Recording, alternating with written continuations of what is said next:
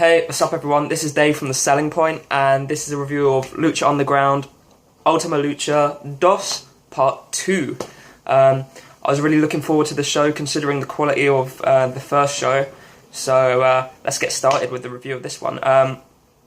So first of all, we've got the Gift of the Gods Championship match. So our 7 contenders are Daga, Sinistra de la Muerte, Mariposa, Marty the Moth, Sexy Star, Killshot, and the new debuting Nightclaw.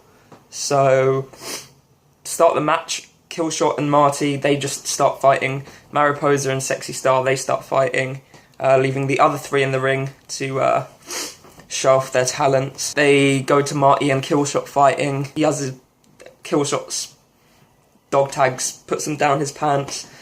I love the horrible kind of character that Marty plays. It's really cool.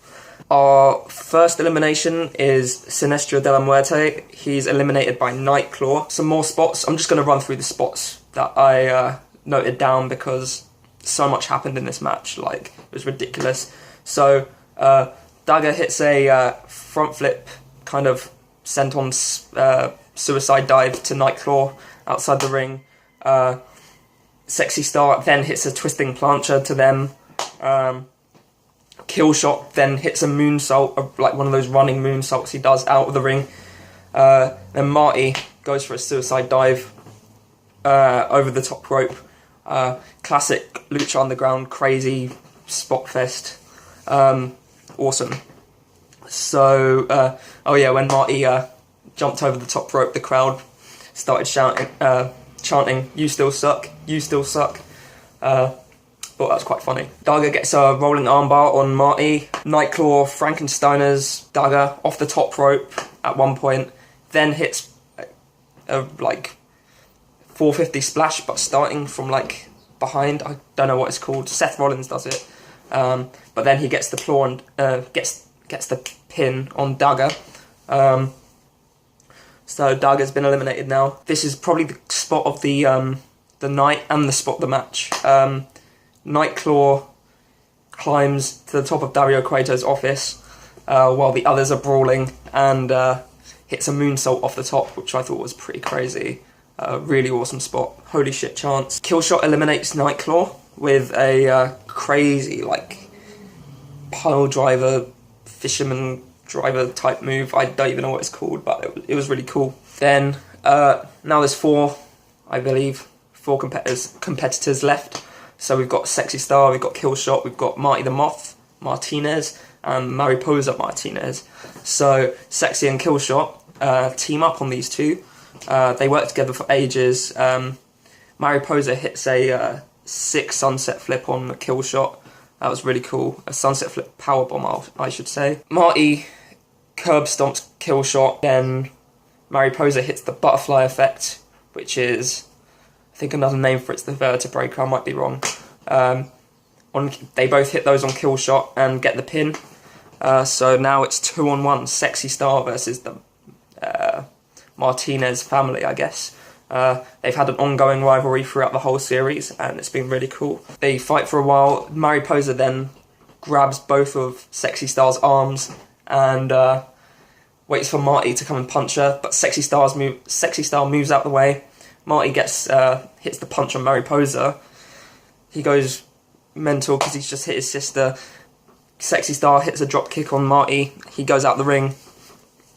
She gets the pin on Mariposa. So now it's 1-on-1, and we've got Marty the Moth versus Sexy Star. And at one point, someone in the crowd chants, "Kick him in the dick." That was best crowd moment. So throughout this 1-on-1 part of the match, Sexy Star continuously works on Marty's arm and eventually wins with a cross arm breaker submission. Marty taps out and we have a new champion. So Sexy Star as the Gift of the Gods champion. See where this leads in the next series. Okay. So now we cut to a... well, let me just give you my thoughts on this match first. I thought this match was amazing. It was my favourite match of the night, actually. Just an absolute spot fest, but there was still storyline, still good in-ring psychology and stuff. But yeah, great match. Really good match. Really long match as well. Ran through like half the show. So now we cut to a segment with Cortez Castro, Mr. Cisco, and Joey Ryan. And Mr. Cisco's there at the front, and Cortez Castro and Joey Ryan are there at the back, persuading him to go and do them a favour. What we find out later, this favour is to go into Dario Cueto's office and find out what he's doing, so Joey Ryan and Cortez Castro can listen in. At one point, Mr. Cisco goes, "What if he finds out? What if he kills me?" Cortez Castro then goes, he'll be cleared of all charges if he does this favour for them. So see where this leads at the end. Then the commentators Matt Striker and Vampiro, they run through the rest of the matches for next week's 2-hour special. So we've got Taya versus Evil Ace. I think this match is going to be really cool. It's like the baddest bitch in the building match or something like that. It's going to be cool. We've got the trios match, which is, I believe, it's Drago, Aerostar, and Phoenix versus Johnny Mundo, PJ Black, and Jack Evans. So this is going to be a really athletic contest. It's going to be loads of crazy spots. I'm really excited for that one. We've got Black Lotus versus El Dragon Azteca.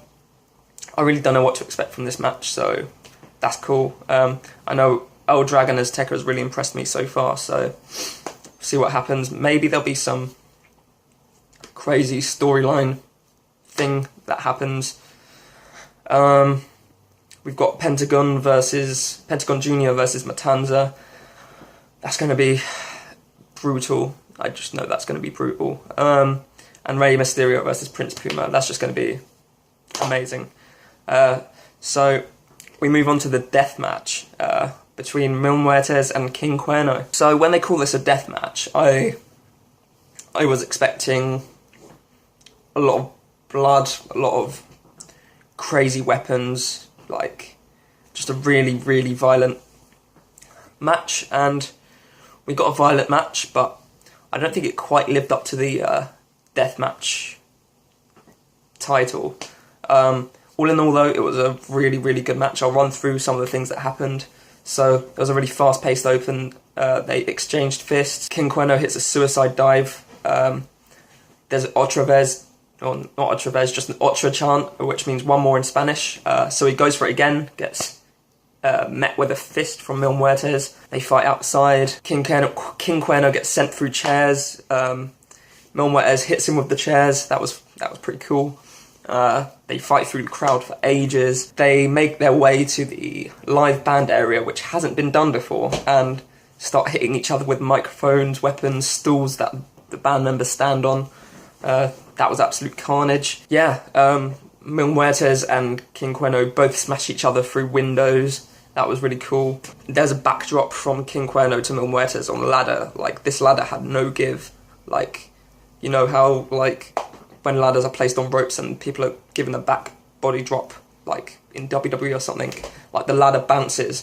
Like, this ladder just was solid. Like, that looks really painful. King Cuerno holds Katrina. At one point, she threatens her. Mil Muertes senses this and just, like, goes crazy and drives King Cuerno straight through a table. Then powerbombs him through 3 more tables, like, sequentially. That was a really cool spot. That was probably my favourite part of the whole match. Then sends him back in the ring, grabs a crowbar from the bottom of the ring. Mil Muertes hits King Cuerno with the crowbar, hits a tombstone, and wins the death match. So yeah, it was a really, really good match. High quality as expected from these two guys. I think they probably could have done something a little bit bigger, considering they were calling this a death match, and maybe that's just me and I was expecting too much of them. Let me know your thoughts. After this match, they cut to the commentators. Matt Striker asks Vampiro how he's feeling about Pentagon's chances. Vampiro then grabs the bin, grabs his medication, pours the medication into the bin, and Matt Striker's just like, "Are you sure about that?" And he's like, "I'm gonna have to quote this." Vampiro doesn't need medication. You call me a master. It's time to get my student ready, homie. So I'm expecting big things from this championship match. It's going to be a really good match. It's going to be very violent, very brutal. Considering all these segments they've been doing, training Pentagon with the candle wax and the kendo sticks, like, I think Pentagon's going to be taking a lot of punishment. So, looking forward to it.